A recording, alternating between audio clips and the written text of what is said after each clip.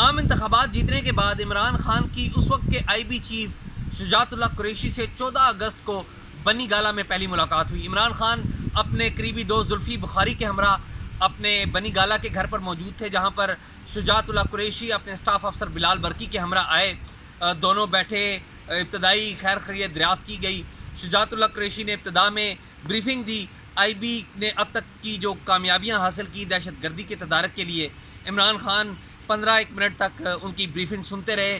جب بریفنگ ختم ہو گئی تو عمران خان نے شجاعت اللہ قریشی سے سوال کیا کہ مجھے یہ بتائیے قریشی صاحب کہ 2014 میں جب میں نے دھرنا دیا تھا اس وقت آئی بی نے کس کس صحافی کو کتنے پیسے دیے تھے اور پیسے کہاں پر آئی بی نے خرچ کیے؟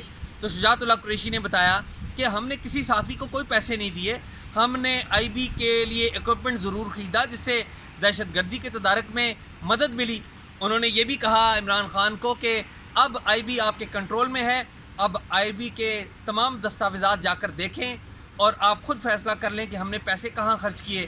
عمران خان نے کہا کہ آفتاب سلطان جو کہ نون لیگ کے دور میں آئی بی کے چیف تھے، میں نے اس کی تعریفیں سنی ہیں، لیکن میں حیران ہوں کہ وہ نون لیگ کے فاشسٹوں کے ساتھ کیسے کام کر رہے تھے۔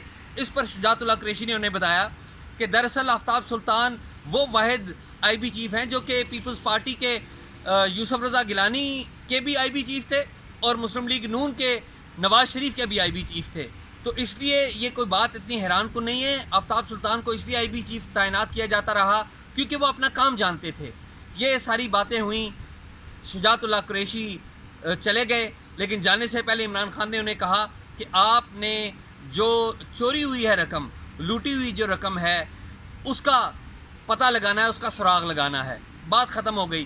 ٹھیک 20 دن کے بعد 5 ستمبر کو ایک بار پھر آئی بی چیف کو بلایا گیا وزیر اعظم سیکریٹریٹ میں۔ اس دفعہ عمران خان اپنے عہدے کا حلف اٹھا چکے تھے۔ شجاعت اللہ قریشی وزیر اعظم سے ملنے جاتے ہیں تو کمرے کے اندر کچھ اور لوگ بھی ہیں اور اعظم خان جو کہ عمران خان کے پرنسپل سیکرٹری ہیں وہ بھی موجود تھے۔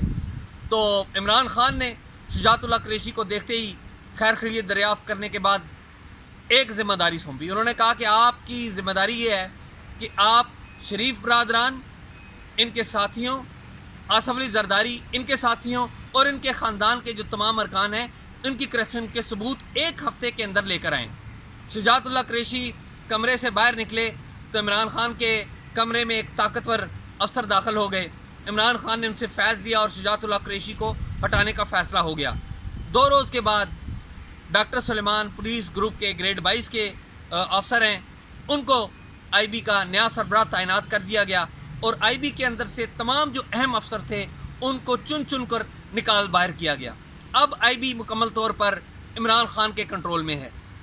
ہوتا یہ رہا ہے ضیاء الحق کے دور سے آنورڈ، صرف پرویز مشرف کے دور میں تھوڑا سا تعطل آیا اس میں کہ جتنے بھی وزرائے اعظم ہیں وہ سب سے زیادہ اعتماد آئی بی اور آئی بی چیف کے اوپر کرتے رہے ہیں، کیونکہ انہیں خطرہ ہوتا تھا کہ ان کی حکومت نہ چلی جائے اور جو طاقتور لوگ یہاں پر موجود ہیں، طاقتور حلقے موجود ہیں، غیر جمہوری حلقے، وہ ان کی حکومتیں گرایا کرتے تھے۔